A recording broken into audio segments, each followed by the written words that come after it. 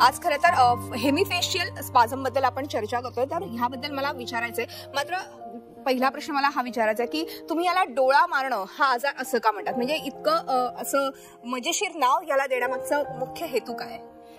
याचं कारण असं आहे की हा आजार जरा विचित्र आहे. नेहमी आपण जे आजार बघतो हाडांचे किंवा इतर मेंदूचे आजार, ब्रेन ट्युमर्स, याच्यापेक्षा हा आजार फार वेगळा आहे. आणि मी तुम्हाला एक साधी क्लिप दाखवतो. त्या क्लिपमध्ये तुम्हाला लक्षात येईल की ह्या व्यक्तीच्या डोळ्याची जी हालचाल होतीये आणि गालाची जी हालचाल होतीये त्याला हेमिफेशियल स्पाझम असं म्हणलं जातं. म्हणजे अगदी थोडक्यात सांगायचं म्हणजे की एका बाजूचा डोळा लवायला लागतो आणि त्याच बाजूचा गाल सुद्धा त्या बाजूला खेचला जायला लागतो. म्हणजे मी जसं तुम्हाला आता करून दाखवतोय असं व्हायला लागतं. बरोबर. तर ही अत्यंत विचित्र हालचाल असते. आणि आमच्याकडे एक पेशंट काही वर्षांपूर्वी आली होती. बिचारी ती त्रस्त होती आणि सर्जरीने ती बरी झाल्यानंतर तिने मला सांगितलं, डॉक्टर ऍक्च्युली मी एका कंपनीत सेक्रेटरी आहे.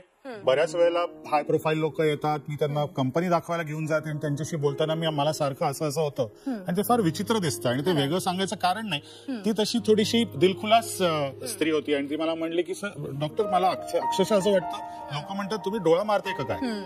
तेव्हा मला असं वाटलं की आपल्याला मजेशीर जरी वाटलं तरी ती फारच त्रस्त झाली होती. आणि जेव्हा मी या विषयावर लेख लिहिला त्यावेळेला मी विचार केला की हेमिफेशियल स्पाझम याला मराठीत प्रतिशब्द नाही.